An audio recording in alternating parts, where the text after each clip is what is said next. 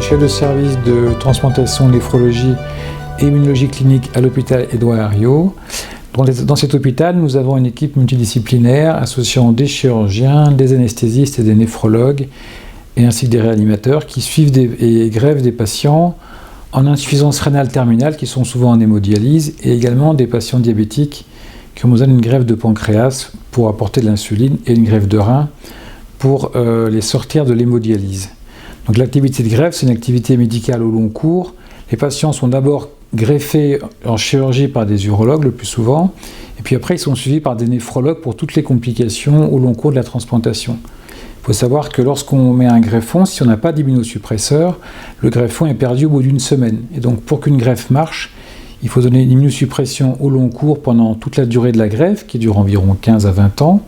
Et donc nos patients ont des traitements qui les rendent fragiles. Ils ont besoin donc d'une équipe multidisciplinaire qui est capable de les prendre en charge en permanence. Nous suivons 2500 patients.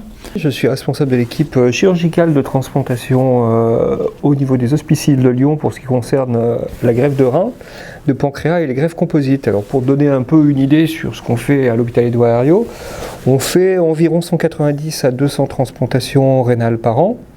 Avec dans ces transplantations entre 25 et 30 ou 35 transplantations réalisées à partir de donneurs vivants. Ensuite, on fait de la greffe de pancréas qui représente entre 20 et 25 interventions par an. Et puis, on a une spécificité, c'est que historiquement, on a développé et mis en route au niveau international les greffes composites.